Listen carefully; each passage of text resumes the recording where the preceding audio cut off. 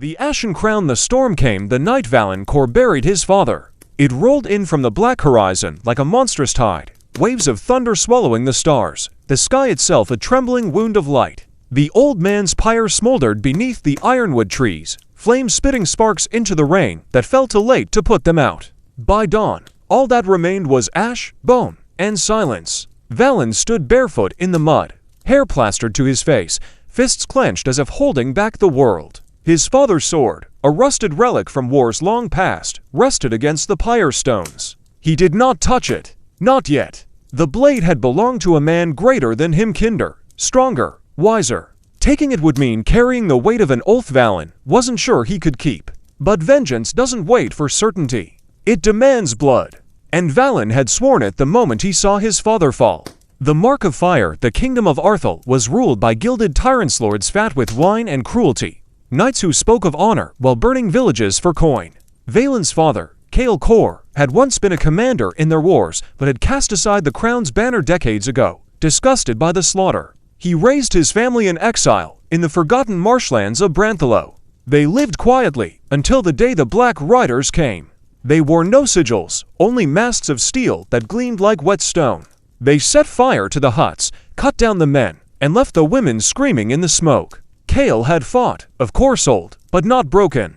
Valen saw him carve through 3 riders before the 4th drove a spear through his chest. And though the boys' screams tore through the swamp, none of the neighbors came.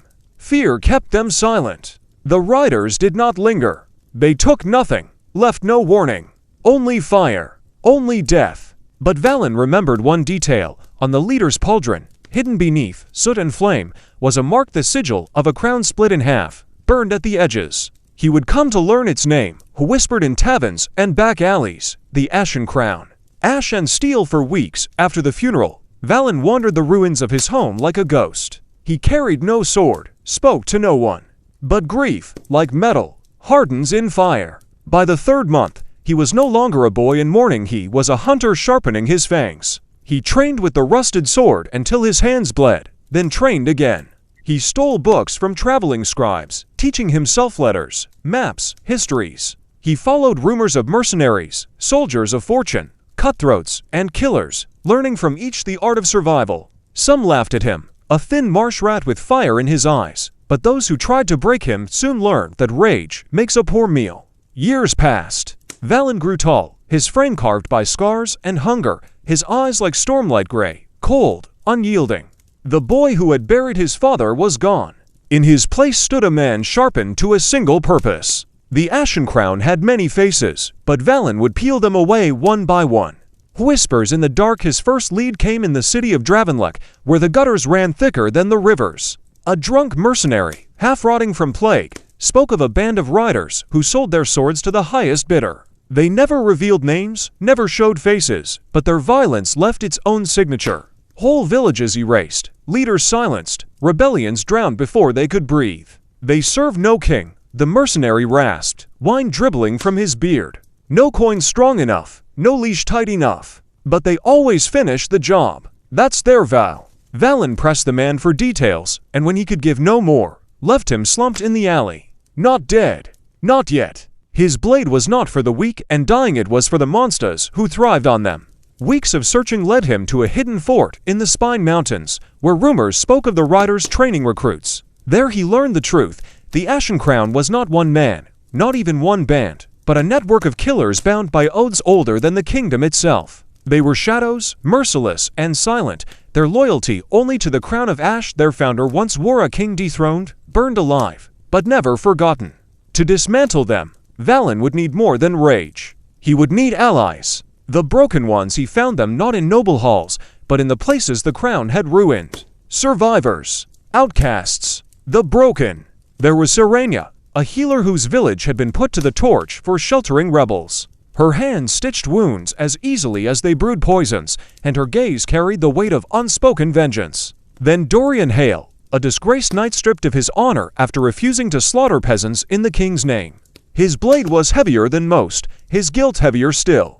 And finally Kelith, a thief with a tongue as sharp as her knives. She had no love for vengeance, only for gold, but gold flowed in the wake of war, and Valen promised her plenty. Together, They were less a company and more a storm waiting to break. Each scarred, each fractured, yet bound by a shared truth. The Ashen Crown had taken too much for too long. It was time to take it back. Blood in the snow. The first strike came in winter. A northern stronghold hidden among frozen peaks where one of the Crown's captains trained his men. Valen and his companions infiltrated under the cover of blizzard. Silent blades in the dark, arrows whispering through the storm. By dawn, the snow was red and the captain's head lay impaled on a pike, his mast shattered for all to see. Word spread quickly. The Ashen Crown, long thought untouchable, had been wounded. Fear rippled through their ranks. But fear, like blood, attracts predators. The riders retaliated with ferocity, burning 3 villages rumored to harbor Valen's company. Dozens died. Innocents. Children. It nearly broke him. Nearly. But Serena's words kept him steady. You cannot fight fire without smoke. But remember, Valen ash does not burn twice. The king of nothing. As years of war unfolded, Valen carved a legend in blood. He became the ghost of Branthelo, a name whispered with fear even by those he swore to protect. His vengeance consumed him, yes, but it also lit the path. Every rider he killed brought him closer to the heart of the crown. At last, the path ended where it began, in the ruins of a castle burned centuries ago, where the founder of the crown had died screaming in fire. There, the leader waited, maskless, old, scarred, yet eyes sharp as daggers. You wear your father's rage well, the man said, but rage is ash, and ash crumbles. Their duel lasted until the moon was swallowed by clouds. Steel rang against steel, sparks raining on stone. Valen fought with every scar, every memory, every promise whispered to his father's pyre. In the end, his blade struck true, piercing the heart of the crown. But victory did not taste like triumph. It tasted like silence, heavy, endless. Ashes in the wind. The Ashen Crown was shattered, its network scattered, its leaders slain. Kingdoms whispered of peace, though Valen knew better. Tyranny is a hydra. Cut one head, another grows. Yet his oath was fulfilled. His father's shadow finally at rest. Standing in the ruins, Valen released the old sword into the fire, just as he had once buried Kale. The flame swallowed it whole, sparks rising like souls into the night. He felt no joy, no peace, only the hollow truth all men of vengeance must face. Revenge does not heal. It only leaves you standing among ashes, wondering what else might have been. Valen turned away from the flames, the storm closing behind him. Somewhere in the dark, new wars were waiting. And though the crown of ash was gone, the world would always find new tyrants to wear it. He would be ready.